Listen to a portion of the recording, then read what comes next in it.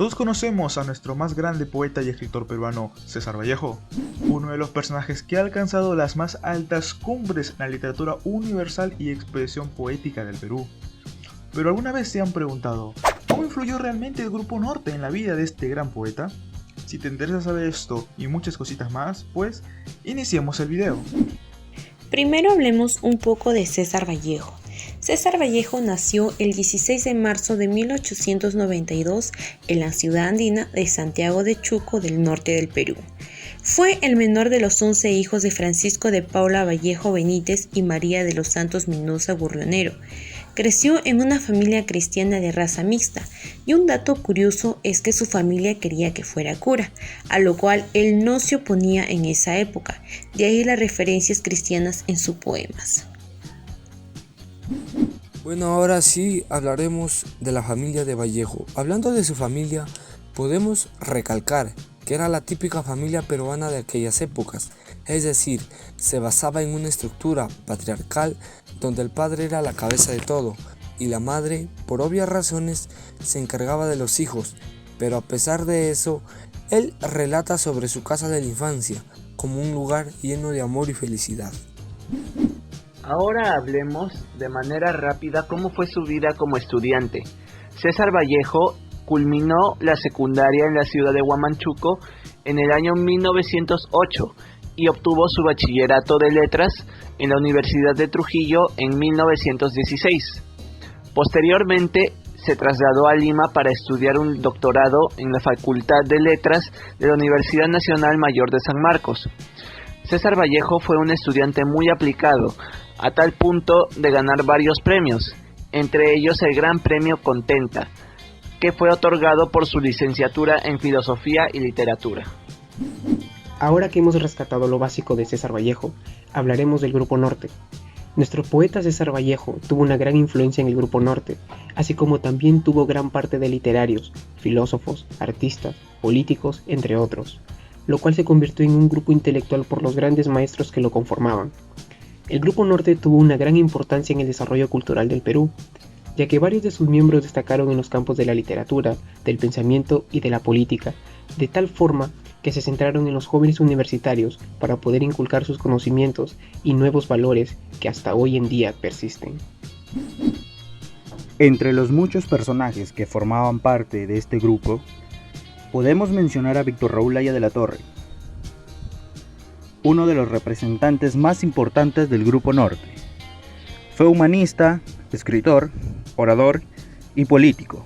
En 1924 fundó el Partido Alianza Popular Revolucionaria, conocido como el APRA, un partido populista de ideología nacionalista, antiimperialista y anticapitalista. Eduardo González Viaña es un escritor, catedrático y periodista peruano, autor de novelas, cuentos y artículos periodísticos. Sus prosas han sido calificadas como una de las más elegantes del siglo. José Eulogio Garrido.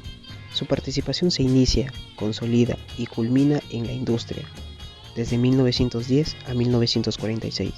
Su presencia en dicho cotidiano supone el ejercicio del cargo de redactor, para luego ser nombrado jefe de redacción y finalmente director, último cargo que lo ejerce por 20 años. Antenor Orrego Espinosa adquiere un carácter más político que cultural y artístico, quien, como pocos, no optó por la emigración ni a Lima u otra capital cultural, sino más bien decidió quedarse en el norte, asumiendo la dirección del periódico El Norte y el arduo trabajo de organización del naciente Partido Aprista Peruano, el APRA.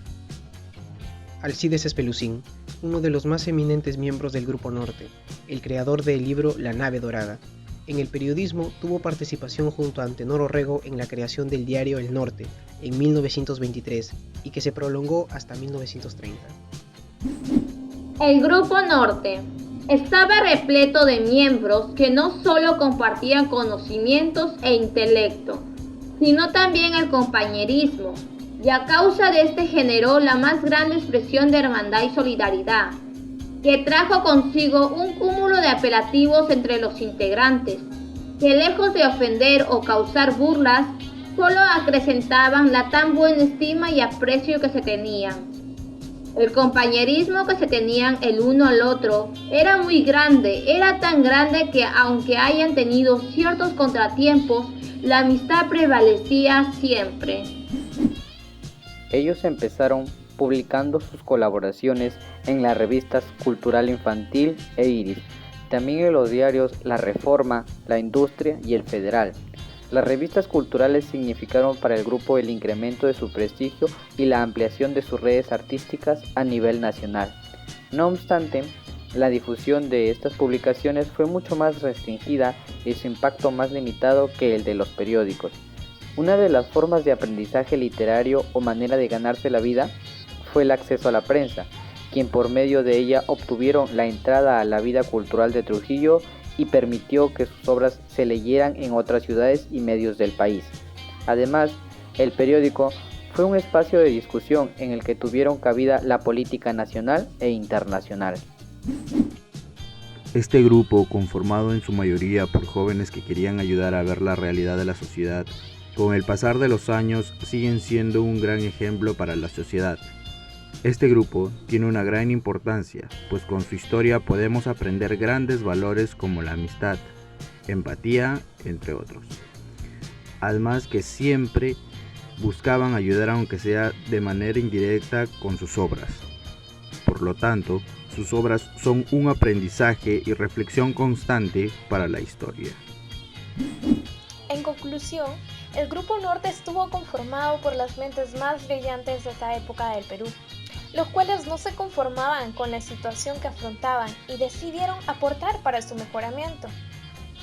Esto representó una profunda ruptura en la cultura peruana y asentó bases de transformaciones que trascendieron a Trujillo y al país.